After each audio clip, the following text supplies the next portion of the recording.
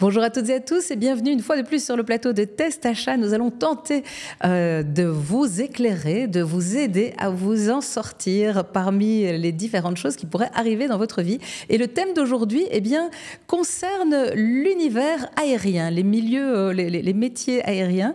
On va parler de grève dans l'aérien. Quels sont vos droits dans les différentes situations qui pourraient vous arriver? Et pour parler de ça, je suis en compagnie d'une des juristes de Test Achat. Il s'agit de Anne Moriot. Bonjour Anne. Bonjour.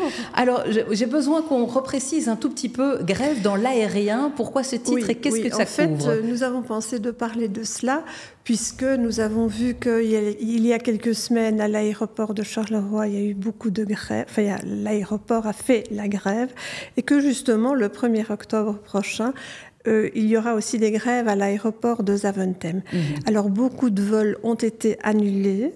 Et donc, il faut parler des droits des consommateurs dans ces cas-là. Bien sûr. Alors, vos droits découlent en fait d'un règlement européen. Alors, tout d'abord, j'ai un peu expliqué quand ce règlement s'applique. Eh bien, tant qu'on reste en Europe, c'est facile. Le règlement va s'appliquer, mais ça se corse quand il y a un vol en dehors de l'espace aérien européen. Voilà. Et donc là, le plus facile, c'est de donner un exemple. Donc, quand on prend un vol de Bruxelles à Madrid et de Madrid à Bruxelles, aucun problème, n'importe la compagnie, la réglementation sera d'application. Par contre, quand on prend un vol Bruxelles-New York et New York-Bruxelles, avec Brussels Airlines, aucun problème. Brussels Airlines étant une compagnie européenne, donc cela va s'appliquer pour l'aller et pour le retour. Par contre, s'il s'agit d'une compagnie américaine, par exemple, prenons l'exemple de New York Delta Airlines, là, pour l'aller Bruxelles-New York, la réglementation va s'appliquer, mais pas au retour de New York à Bruxelles. Ah oui, donc on peut avoir des surprises, voilà, effectivement. Donc ça, c'est quelque chose qu'il faut savoir. Alors, quand le vol est annulé, premièrement, à quoi a-t-on toujours droit? Eh bien sûr, au réacheminement, comme on dit, à un autre vol alternatif, le plus vite possible, en cas de grève, ou quand ça vous arrange.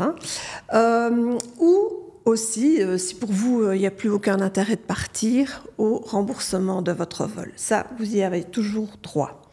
Alors, quand on arrive à l'aéroport et qu'il y a une situation chaotique, vous ne saviez pas qu'il y aurait des grèves, ça peut arriver.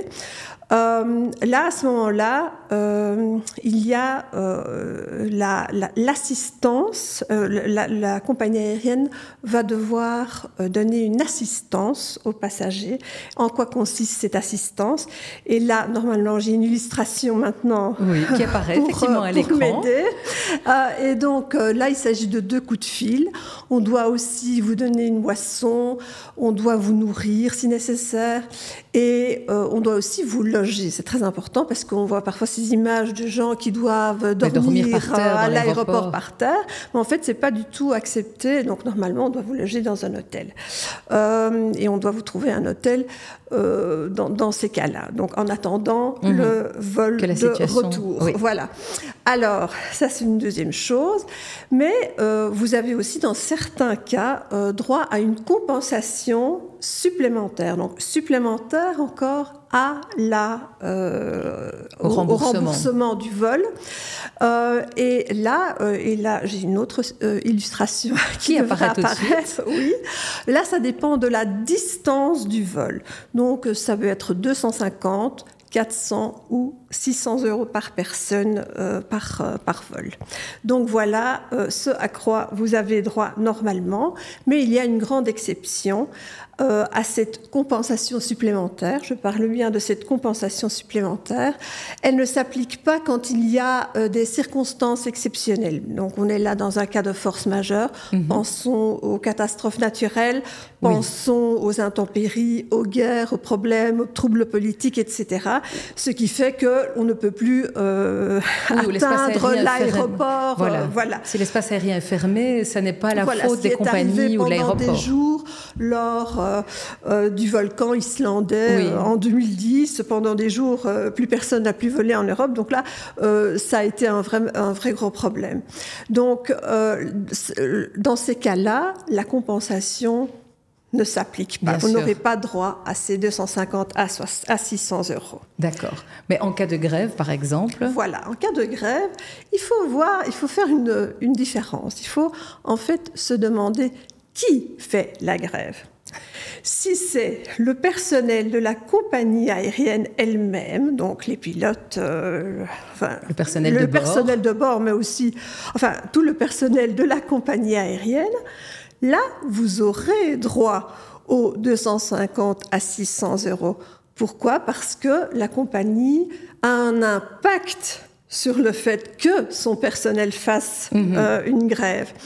Alors, ce n'est pas le cas si d'autres font la grève. Donc, par exemple, le contrôle aérien ou les bagagistes, etc., ou l'aéroport, comme on le voit maintenant. Là, vous n'aurez pas droit à la compensation parce que cette compensation est payée par les compagnies aériennes. La compensation est payée par les compagnies aériennes. Oui, donc effectivement, si eux-mêmes se retrouvent, entre guillemets, pris en otage, je n'aime pas le terme, mais se retrouvent coincés à cause d'une grève pour laquelle ils n'ont aucune responsabilité, eh bien, c'est normal que ce ne soit pas eux qui payent. Là aussi, ils sont victimes d'une force majeure, alors qu'on considère que ce n'est pas le cas si c'est son propre personnel qui fait la grève. D'accord. Et comment savoir, comment obtenir ce à quoi on a droit quand on se retrouve face à une annulation comme ça? Tout d'abord, il faut toujours essayer d'obtenir des preuves, parce que, par exemple, on peut aussi être dans un cas où on n'a pas eu, par exemple, on a dû dormir dans l'aéroport, ou on n'a pas eu d'hôtel, on ne vous a pas fourni d'hôtel, vous avez cherché vous-même, vous avez trouvé un hôtel pour dormir jusqu'au lendemain pour prendre le vol qu'on vous a proposé. Là, gardez bien toutes les preuves et demandez d'être récompensé. Donc ça, c'est une première chose.